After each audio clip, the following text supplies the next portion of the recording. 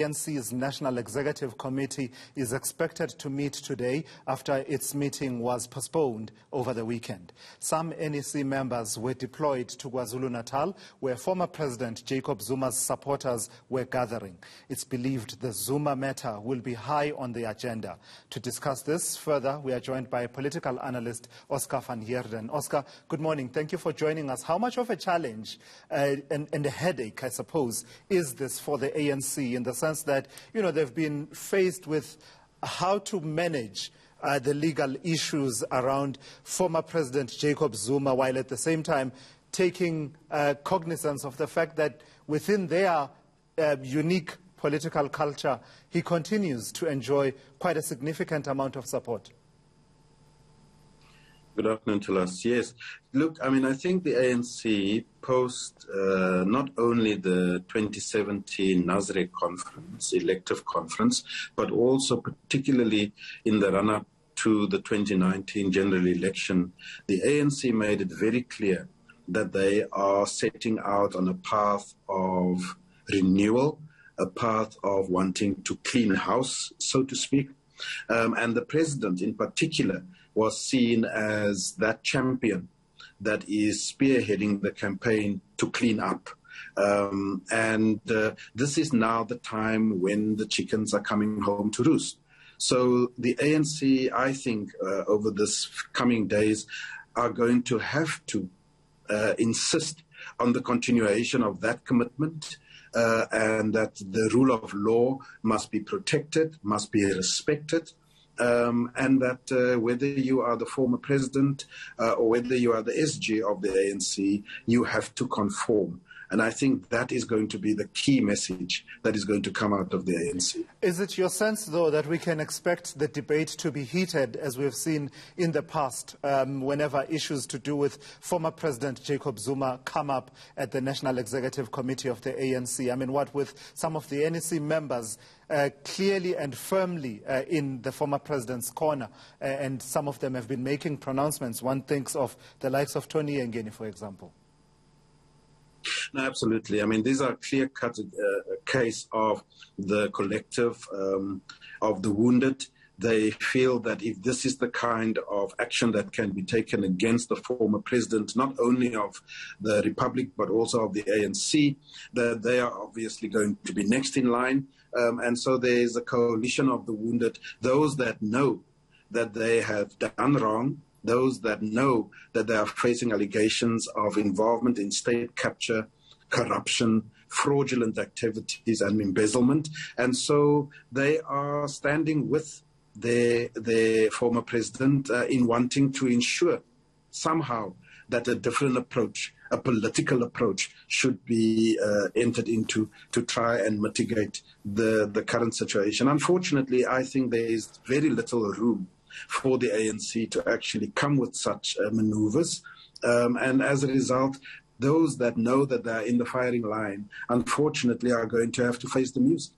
If you are Cyril Ramaphosa sitting as president of the ANC at this NEC, how do you play this one out? Because, the meeting usually starts with the political report by the president, which recaps on some of the major developments that the NEC should be considering. But given the dynamics that are at play, do you say something about it? Do you nail your colors to the mast one way or another as ANC president, let alone country president, within the context of that meeting, knowing that you have people who will challenge you, even in spite of the outcome from the Constitutional Court around the question of the CR17 funding, for example, which clears him of any wrongdoing. But the challenges are, I would say, probably not going to go away. So what do?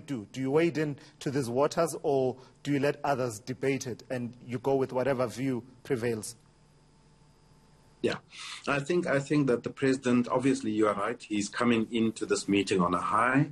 Allegations that has been around his neck like an albatross about wrongdoing with regards to campaign funding, the CR17 campaign, all of that cleared in the highest court in the land. So he comes into the meeting on a high, very emboldened, and I think that he's going to treat this meeting like no other meeting. I think that, the thing is to us that everyone would like us to make a big deal and create this furore about a crisis that is there in the country. But actually, it is not the case. It is absolutely not the case. We are talking of a handful of people that have decided to migrate to Nkandla to go and lend support to the former president. It is not something that is going to destabilize the country. It is not something that is going to destabilize the ANC. I think the president is going to reiterate the message that he shared with us in the last NEC meeting, which is that the ANC is in a good position. It is not falling apart. There is no instability. Yes, there are some members, even in the NEC, that feel that the manner in which the issue around President Zuma, former President Zuma, have been dealt with could have been differently. But, that is water under the bridge. President Zuma made his bed. He had been given ample opportunities to participate in the legal process, to give his side of the story, even to participate in saying what he feels is an appropriate sentence. He refused to do this.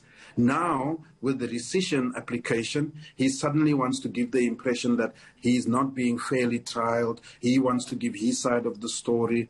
He wants to participate. These are all options that was open to him. And unfortunately, he is the one who decided to willfully not engage with the Constitutional Court. So, the truth of the matter is, I think that the president is in a very high position, a very emboldened position, and he's got a bit of a beat in his step, if I dare say.